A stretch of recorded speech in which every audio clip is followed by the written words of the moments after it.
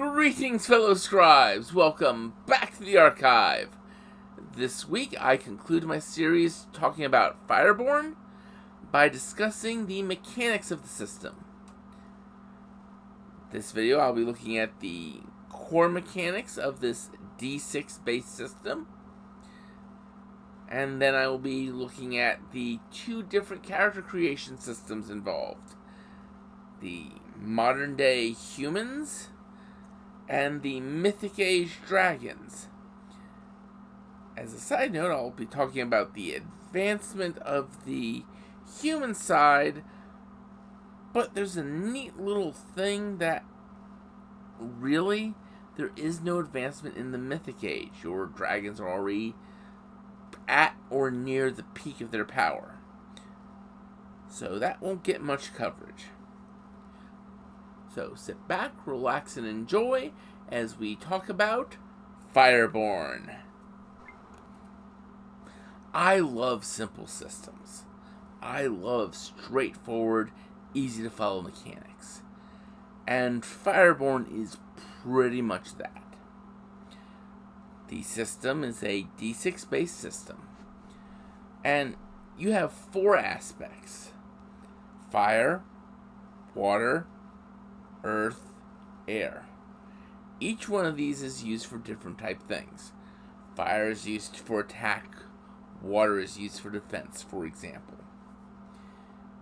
And from there, the skill you're using determines which aspect you're using. And that aspect determines how many dice you get to roll.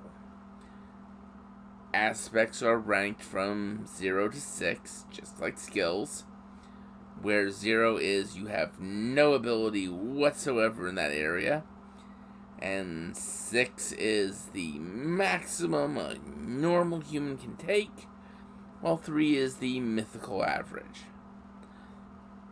You also have supernatural aspects of these, superhuman variants. These are especially common in the dragons, where each rank of the superhuman aspect, in addition to anything you get from your normal ranks of the aspect, each rank of the superhuman aspect adds an automatic success, as in a die you do not have to roll. So if you had, say, a 4 fire with 1 supernatural rank of fire, you would roll 4 dice and you'd have a minimum of 1 success, because you got that 1 success free. Now, your skill ranks, those don't directly impact what you can do. Your skill ranks effectively are how many dice you can move from other aspects to the one you're using.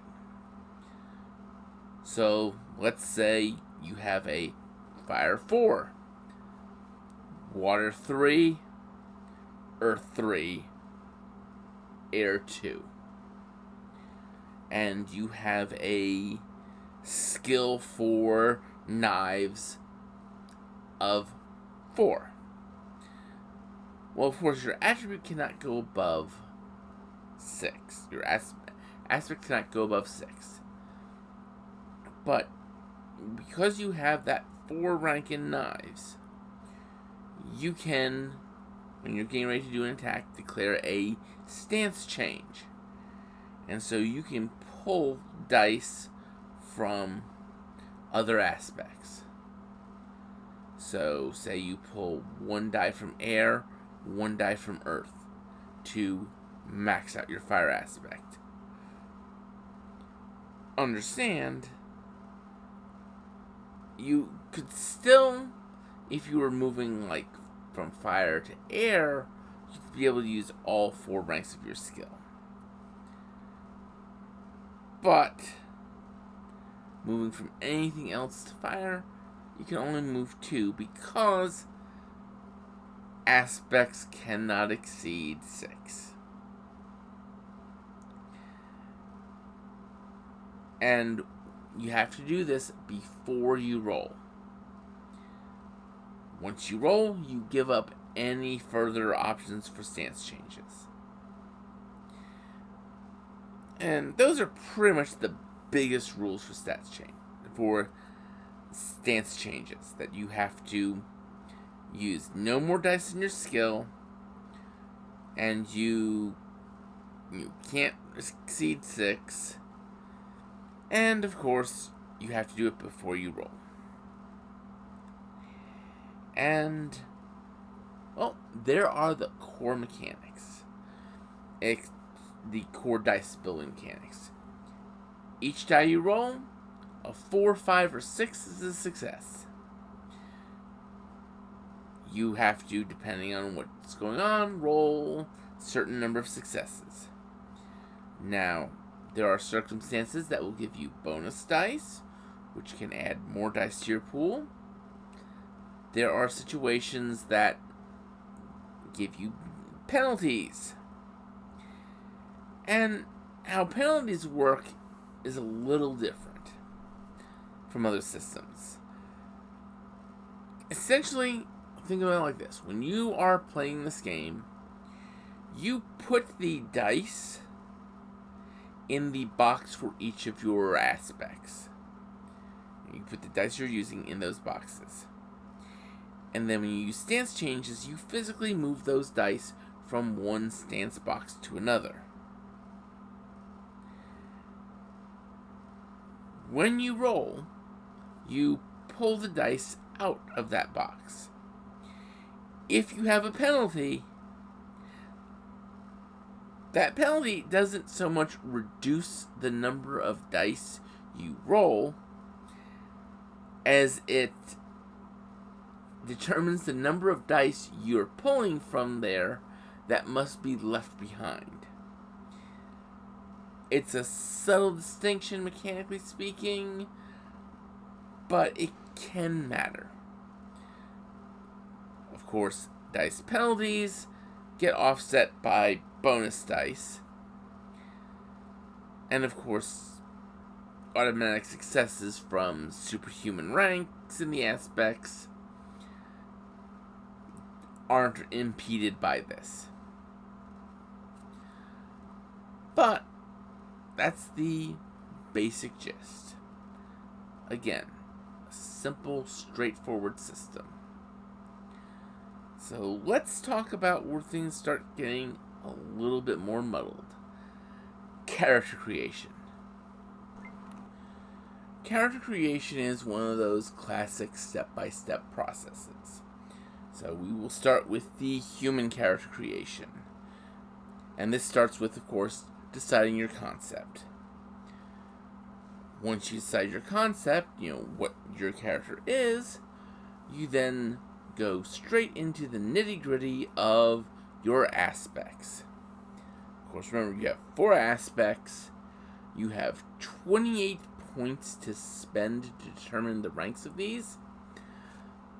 But these are not cases where it's spend the points as a straight 1-for-1 ratio.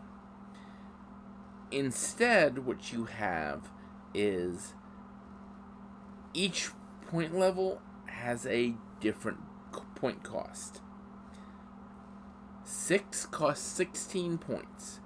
So if you wanted one attribute at 6, you would then have 12 points to spend for the remaining 3.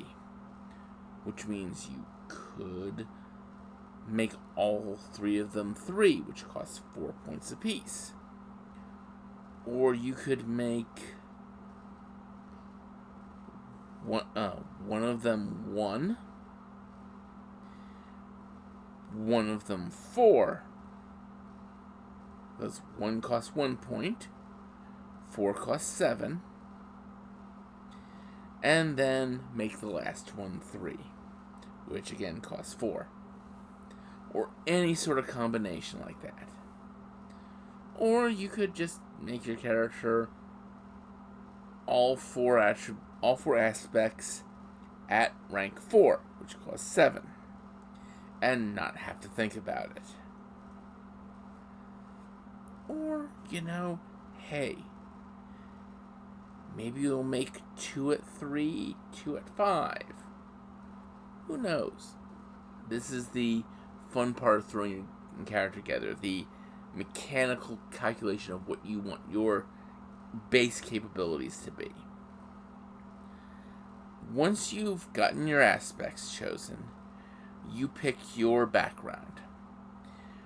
Your background provides a number of things. First, your background provides a set of edges for you, the special abilities you pick up. Second, your background provides your primary and secondary skills.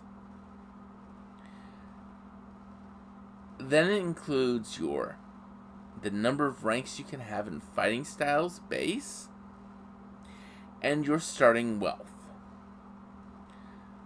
And wealth goes on a scale of 0 to 6. Wealth 0 is homeless. Wealth 6 is filthy rich. While wealth 3 is middle class. So, a activist, for example, they have as their primary skills interaction, knowledge law, another knowledge of their choice, research, and stamina. Their secondary skills are quickness and trickery. Edges that they have access to are allies, forceful will, and thought savant. They get 1 rank of a fighting style, and they've got a wealth of 1.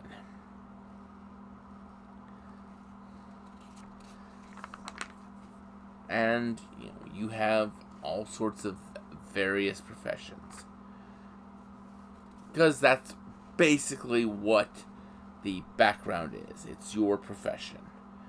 Activist, archaeologist, cop, con artist, covert operator, lawyer, all those sorts of things. Once you've picked your background, you then pick your sire. Sire is the cultural aspects that your draconic nature takes. For instance, Basilisk is based out of Venetian culture. And each of these have certain concepts associated with them. So Basilisk has debauchery, fear, masculinity, and poison. These are the symbols that wrap around it, the mythical archetypes. It gives a bonus fighting style rank, and it gives bonus karma. Karma is what you use to fuel your magical abilities. It is not experience points. And there's a great variety of different sire types, ranging from Zu, the Sumerian dragon archetype, Ryu, the dragon, the Japanese archetype, Quetzalcoatl, etc., etc. And from there, you begin looking at various things. Fire determines the number of moves you can make as a physical action.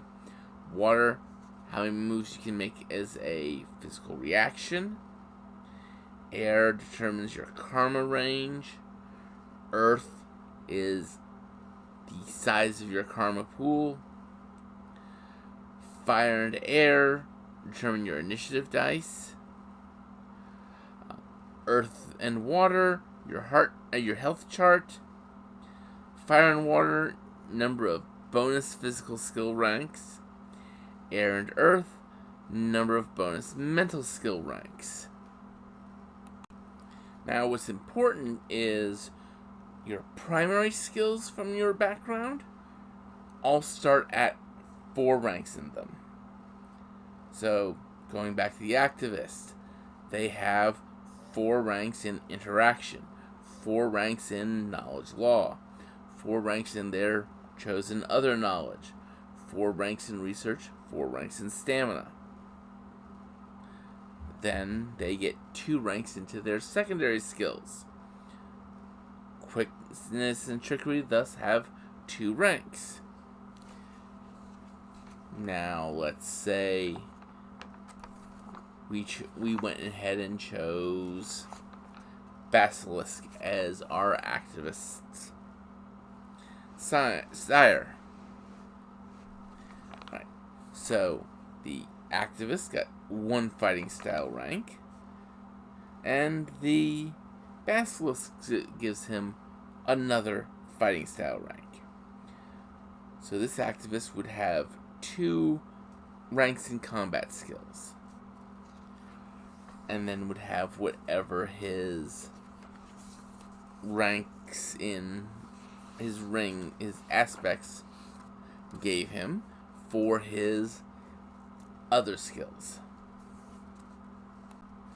Now, the final step is edges. You get 3 edges.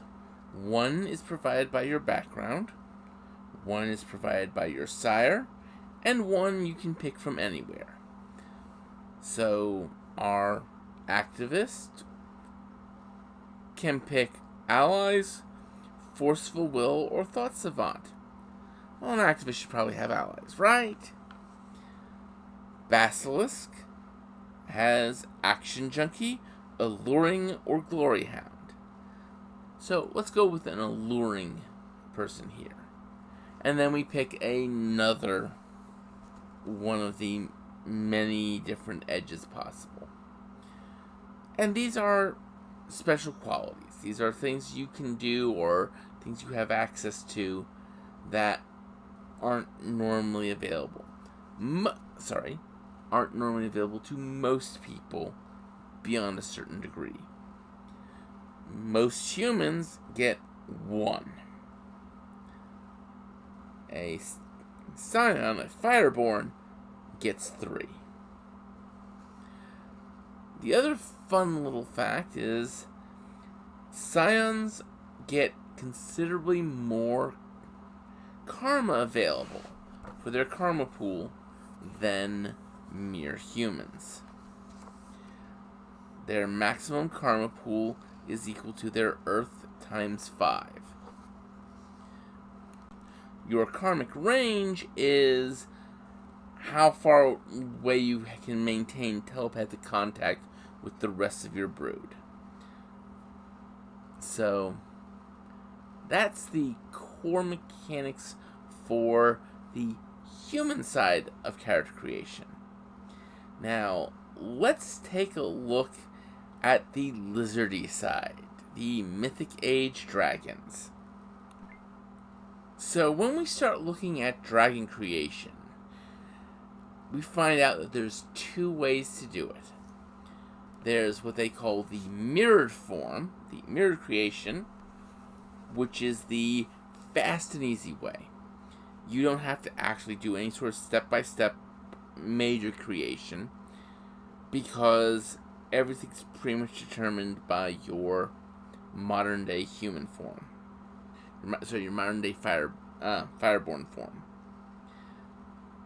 So it's basically, if you go with the mirrored creation, you increase all of the aspects by 1. Your highest superhuman score is 6, and that's your highest of your aspects.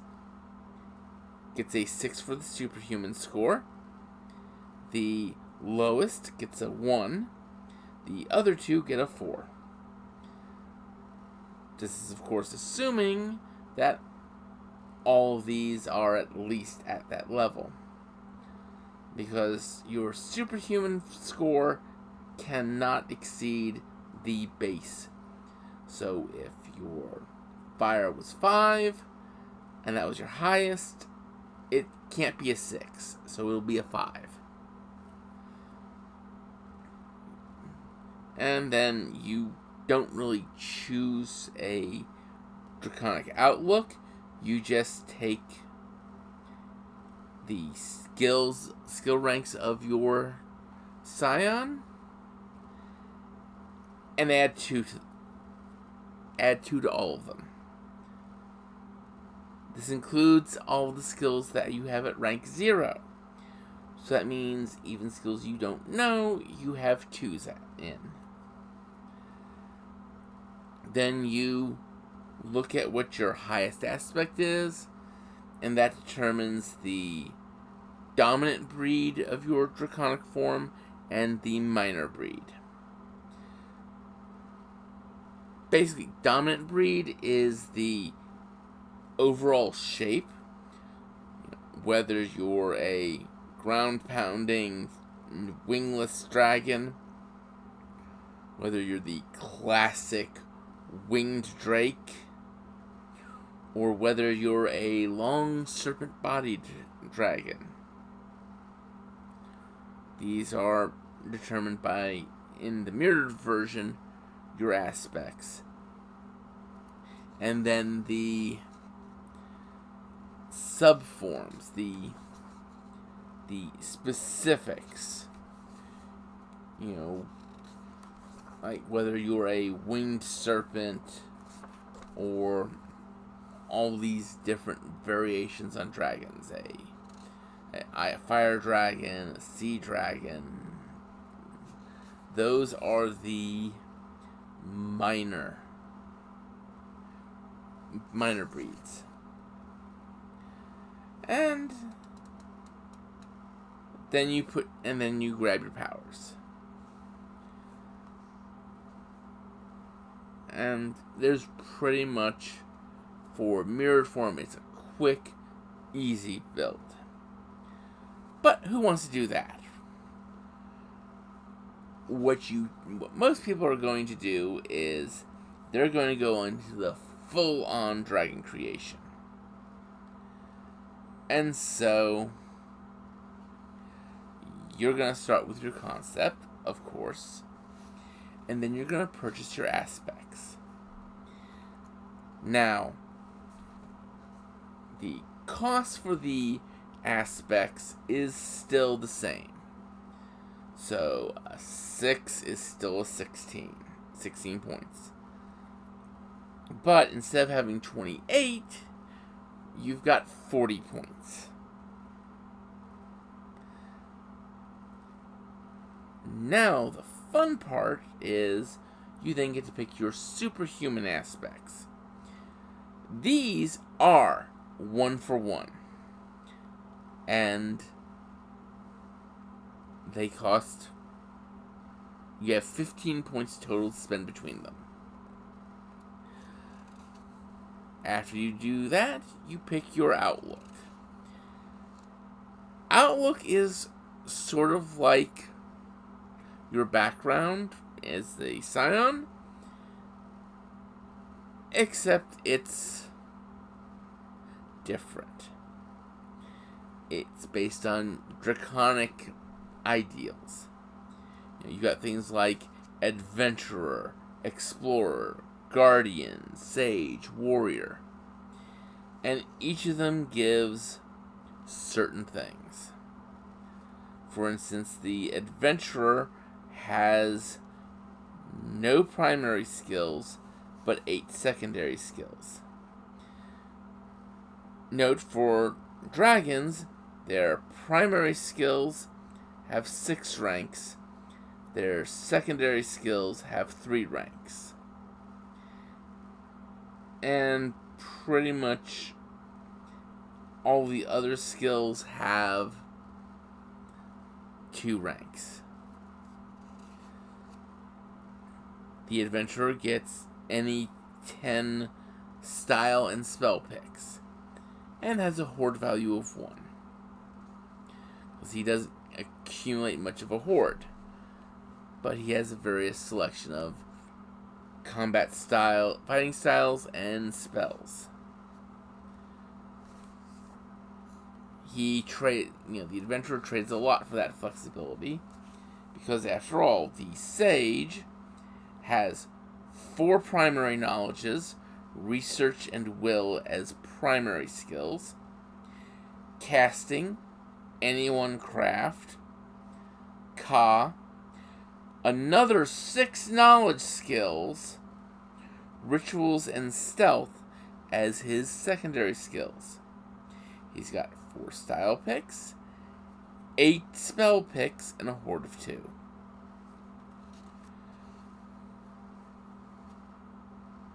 Then, of course, you get your breed. The breeds are, of course, Beast, which is the ground-based one, Drake, which is the classic draconic ideal, and Serpent, which is Quetzalcoatl, or the various Asian dragons. And then you pick, and pretty much these just determine what you look like and like your attack types and such. And of course, your maneuverability in the air, if you can even fly. And then, of course, you've got your minor breed. And your minor breed is the actual type of dragon you are. So you could be an abyssal dragon, which are the ones that live in caves. A chimeric dragon. A dire dragon. The ultimate predators. Combine impossible speed with lethal fangs and claws. And so on and so forth. So let's take a look at the dire dragon as just a snapshot. The dire dragon gets to pull from a series of powers. Its powers are alternate form, ferocity, instinct, mighty leap, and any other power. And each minor breed includes this list of powers,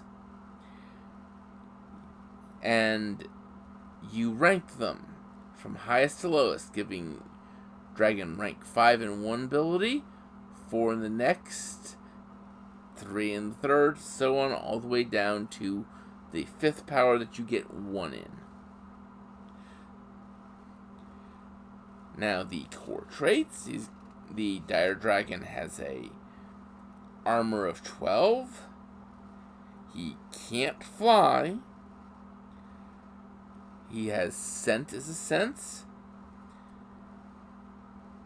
He's got a vicious skull, a razor tail, and he's got spikes over his body. Oh, by the way, it goes into the description here. Their small eyes and feral appearance belies a natural cunning that many foes overlook. France's Tarrasque, with its tortoise-like shell and jagged teeth and claws, was such a creature. So, that is the basic core of your dragons here. Note the different skull types matter. A gaping skull, dragon's jaw can disconnect and become a gaping maw, slamming down and trapping prey. A gripping skull, jaw locks down on prey, making it grip extremely hard to escape. A horned skull, bears ornately curving or viciously sharp horns. A vicious skull, the mouth is filled with row after row of razor-sharp teeth, meaning its bite attack ignores armor. The different tails. Articulate tail is thin but extremely fast, adroit. Dragon cannot attack with the tail itself. but can use the same dexterity as a human hand. Constricting tail. Razor tail. It's a large bony blade at the end, or barbs along its length. Dragon's tail has the same weight as his foreclaws, and same damage as his bite. Sweeping tail is a long, heavy, and muscular tail. And then, of course, you get all the miscellaneous traits, which could be aquatic, camouflage, extra head, spined. Sharp spines cover the dragon. These spines lie flat until reflexive or conscious muscle actions cause him to swing out and impale his foes. The spines augment the dragon's other natural attacks, allowing him to deal +3 damage per press move. Yada yada. And then, the last thing you pick is your legacy. You choose a single legacy for both your dragon and your scion. If your dragon does not have the prerequisite power, you cannot use your legacy in the mythic gauge. However, as soon as you have ranks in the power with your scion, you will be able to use your legacy in the modern age. A legacy is a grand karmic ability. While those who fight supernatural foes tell war stories about the powers they've seen, they don't talk about the legacies to anyone. And it's basically the legacies are your character legacy. They're an assortment of other special abilities. Now, of course, dragons get 5 edges, ranking them up 1 through 5.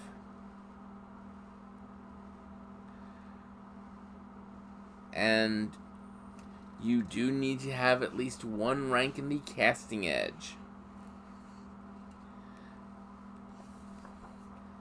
And that is pretty much the dragon character creation. So let's take a look at the basic elements of advancement.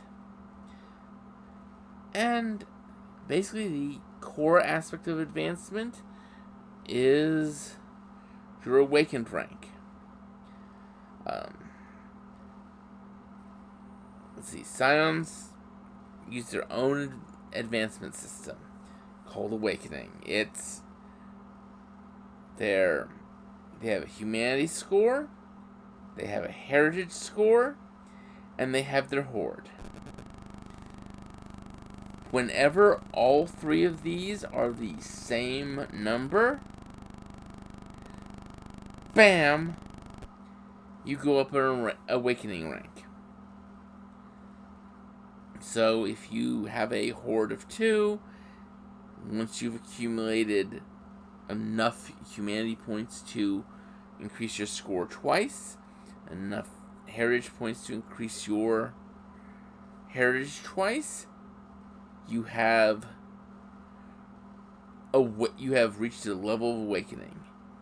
And the big thing Awakening does is you up one of your superhuman aspects, and you can